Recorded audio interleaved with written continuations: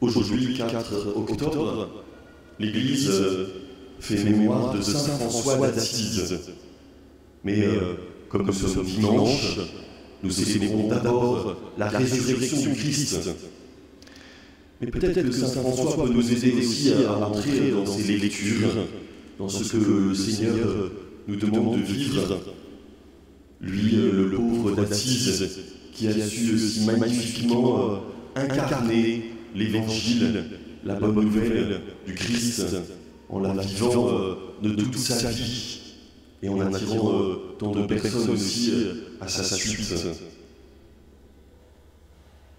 Notre pape François a choisi ce nom justement en référence à saint François d'Assise, à cette simplicité que François a choisie et à ce choix aussi d'épouser comme saint François le dit, d'âme pauvreté, pour être disponible à tous. Le pape François, depuis tout au long de son ministère, a choisi aussi cette attention particulière aux pauvres, cette attention justement aux plus marginalisés et aux exclus. Dans son encyclique Laudato Si, le pape François invite justement à être attentif à la création, en se mettant à la suite de saint François, de son regard qu'il porte sur l'ensemble de la création. Et nous faisons partie de cette création. Le pape nous invite à être attentifs à diverses choses, et j'en retiens 3. La première, c'est la dimension de l'inclusion. La deuxième attention serait une attention à l'autre, et particulièrement aux plus pauvres. Et la troisième chose, tout est lié. L'inclusion. On voit dans la parabole que Jésus raconte qu'il s'agit plutôt d'exclusion. Là où le maître invite certains à prendre soin de sa vigne, les ouvriers veulent exclure, veulent s'approprier pour eux. Le pape François nous invite à être attentif à l'inclusion, c'est-à-dire à s'opposer à l'exclusion. Et on voit dans notre monde que certains choix sont faits qui excluent des choix économiques, des choix sociétaux. Et inclure, c'est être attentif à chacun. Et cela rejoint le deuxième point, l'attention aux autres et l'attention aux plus pauvres. Dans son encyclique, que vous avez peut-être tous lu, ceux qui n'ont pas lu, elle sera en vente à la fin de la messe, vous pouvez encore rattraper. Le pape invite à être attentif aux pauvres. Et aujourd'hui, nos problèmes écologiques, c'est que nous n'avons pas assez le souci des plus pauvres. On pourrait dire à la fois des animaux les plus pauvres, qui sont des espèces en voie de disparition, des plantes, des écosystèmes, mais aussi des hommes. Si nous réfléchissons à une écologie intégrale en excluant les hommes, ce n'est pas une écologie intégrale, c'est une idéologie qui ne prend pas en compte la dimension humaine. Et le pape François invite sans cesse à se tourner vers les plus pauvres. Se tourner vers les plus pauvres, c'est renoncer à l'attention à soi-même et à ses richesses pour désirer partager et pour désirer aussi voir le besoin des autres.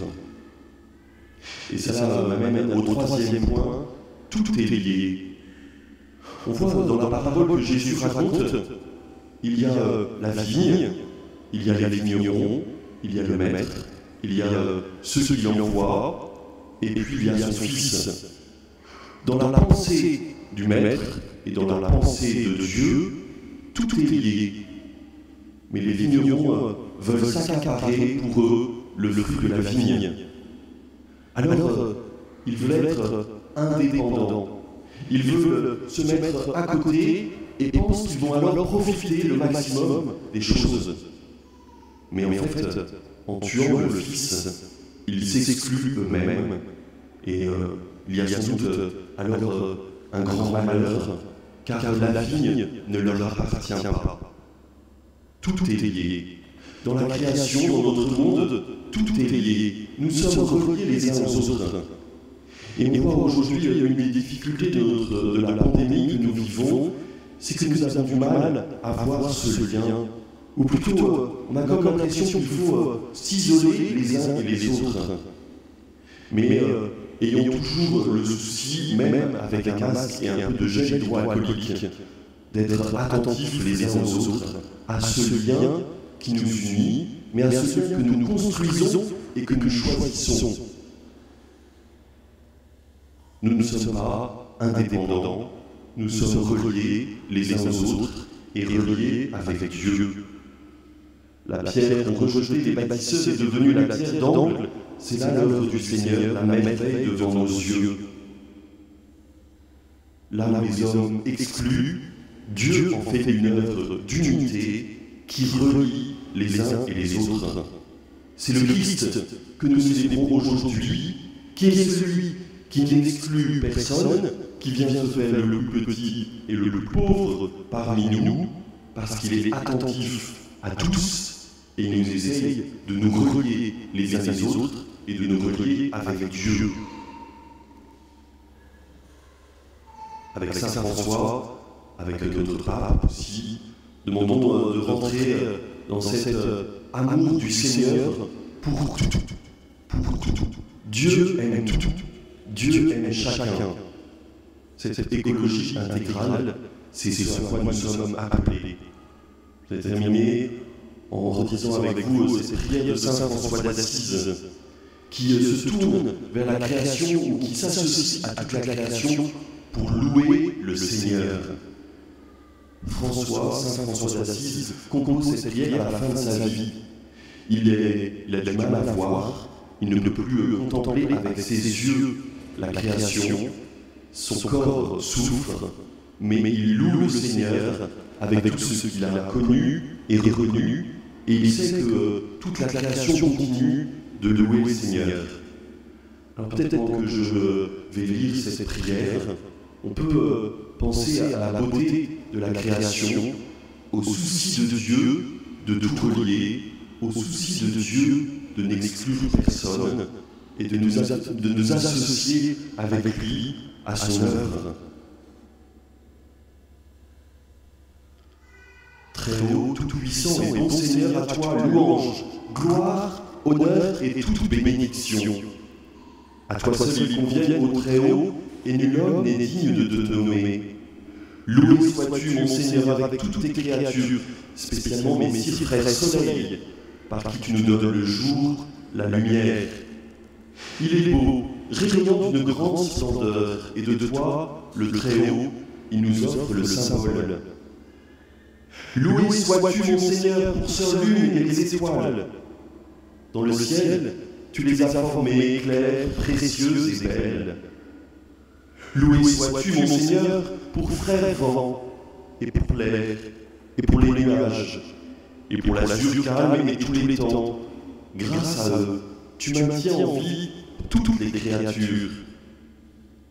Loué sois-tu, mon Seigneur, pour notre sœur eau, qui est très utile et très humble, précieuse et chaste. Loué sois-tu, mon Seigneur, pour frère feu, par qui tu éclaires la nuit. Il est beau et joyeux, indomptable et fort. Loué sois-tu, mon Seigneur, pour sœur notre mère la terre, qui nous porte et nous nourrit, qui produit la diversité des fruits avec les fleurs et les herbes. Loué sois-tu, mon Seigneur, pour ceux qui pardonnent par amour pour toi, qui supportent épreuves et maladies. Heureux s'ils conservent la paix, car par toi, le Très-Haut, ils seront couronnés.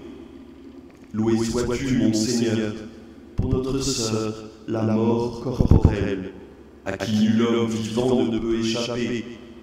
Malheur à ceux qui meurent en péché mortel, heureux ceux qu'elle surprendra faisant ta volonté, car la seconde mort ne pourra leur nuire. Loué et bénissez mon Seigneur, rendez-lui grâce et servez-le en toute humilité. Amen.